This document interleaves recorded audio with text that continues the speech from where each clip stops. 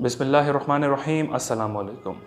अच्छा जी, जैसे कि आप सब वाकिफ़ हैं कि गुज़िश्ता रोज़ जुम्मे जैसे बाबरकत दिन पाकिस्तान पर एक नहायत अफसोसनाक वाक़या पेश आया।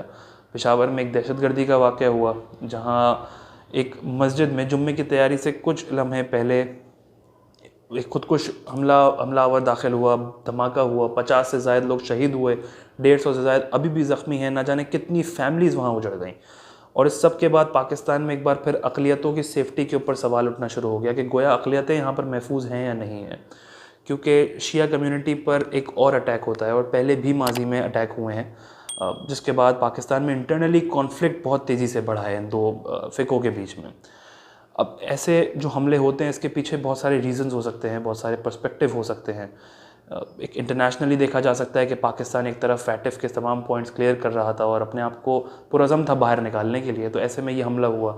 दूसरी जानिब इसके कुछ और भी एलिमेंट्स हैं जिनको हम नज़रअंदाज नहीं कर सकते, और कहीं ना कहीं बहुत बड़ी वजह है उन एलिमेंट्स की कि पाकिस्तान में इस तरह के मामलात होते रहते हैं और एक दूसरे के लिए इज़्ज़त तो दूर नफ़रत बढ़ती जा रही है। वो एलिमेंट्स पर यकीनी तौर पर हमें नज़र डालना बहुत ज़रूरी है।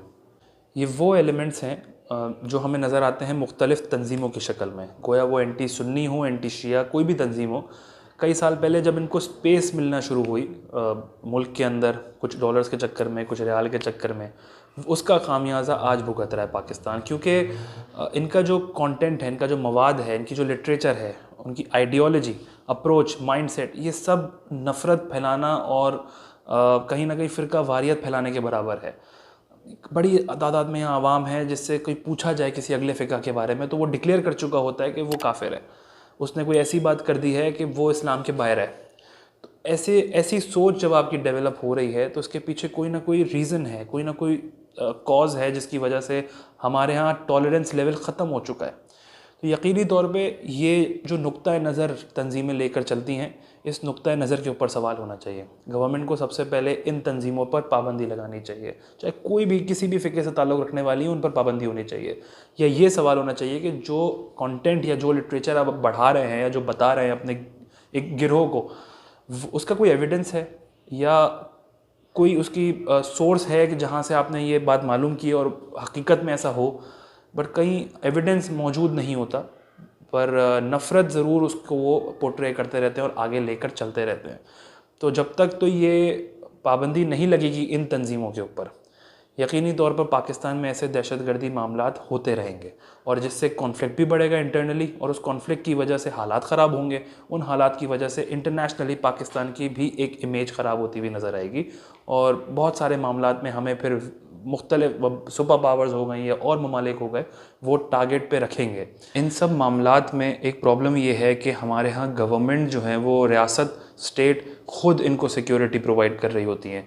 ऑल्दो बहुत सारी तंजीमें पाकिस्तान में ऐसी हैं जो बैन होंगी, कलअदम हैं, लेकिन उसके बावजूद वो शहर के अंदर रैली निकाल रहे होते हैं, अपना कंटेंट, अपना लिटरेचर वो आवाम को सुना रहे होते हैं, और जो भी सिक्योरिटी उनको मिल रही होती है उस रैली की या उस जलसे की, उस मजलिस की, तो वो सारी सिक्योरिटीज़ स्टेट ही प्रोवाइड कर रही होती है।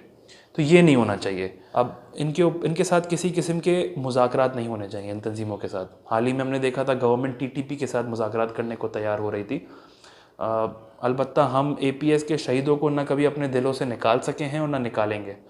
उनकी जानों का सौदा नहीं होना चाहिए टीटीपी के साथ मुज़ाकरात से, और इन तंजीमों के साथ भी इनको मुकम्मल पाबंदी होनी चाहिए और किसी भी तरह ये ऑपरेशनल नहीं होने चाहिए।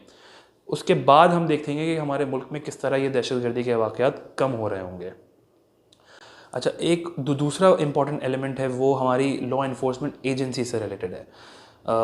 इसमें कोई दो राय नहीं कि वो बहुत ताकतवर हैं और बहुत बेहतर परफॉर्म करती आई हैं हमारे मुल्क के अंदर, दुनिया ये तस्लीम करती है। लेकिन अभी भी कहीं ना कहीं कुछ लूप होल्स हैं जिसकी वजह से इतनी आसानी से कोई वाक़या पेश आ जाता है, कोई खुदकुश हमलावर आता है और हमला कर देता है बीच में। जहाँ एक तरफ PSL हुआ, टीम्स आई, सिक्योर रहीं, सब कुछ ठीक रहा, ऑस्ट्रेलियन टीम आई, प्रेसिडेंशियल लेवल सिक्योरिटी मिली, लेकिन अनफॉर्चुनेटली हम अब तक प्रायोरिटाइज़ नहीं कर पाए कि हमारे लिए प्रायोरिटी क्या है। हमारे लिए हमारी आवाम प्रायोरिटी है, हमारे लिए हमारे लोग प्रायोरिटी हैं, हमारे ये जो फैमिलीज़ जिनका जो ख़त्म हो गई हैं इस हादसे के बाद, इनका क्या कसूर था। तो हमें बुनियादी तौर पर वो प्रायोरिटी देखनी होगी कि हमारे लिए पहले क्या है। क्रिकेट है, स्पोर्ट्स है, उनकी सिक्योरिटी है या हमारी आवाम की सिक्योरिटी, हमारे मुल्क की सिक्योरिटी है। क्योंकि कहीं ना कहीं इस सब से हमारा मुल्क ज़रूर बदनाम हो रहा है। इसमें कोई दो राय नहीं कि उन एजेंसीज़ ने बहुत काम किया है। पूरी दिहाई हमारी गुजरी थी दहशतगर्दी से जंग लड़ते हुए और उन्होंने काफ़ी हद तक मुमकिन बनाया, लेकिन अभी भी बहुत सारे मामलात में हमें सिक्योरिटी हमारी आवाम को चाहिए, हमारे मुल्क को चाहिए, और इन तंजीमों के ख़िलाफ़ कार्रवाई होना बहुत ज़रूरी है। क्योंकि ऐसे वाक़यात से पाकिस्तान का तो नाम ख़राब हो रहा है, पर अनफॉर्चुनेटली कहीं ना कहीं हमारे इस्लाम का भी नाम ख़राब हो रहा है, जो एक पुरअमन मज़हब कहलाया जाता है।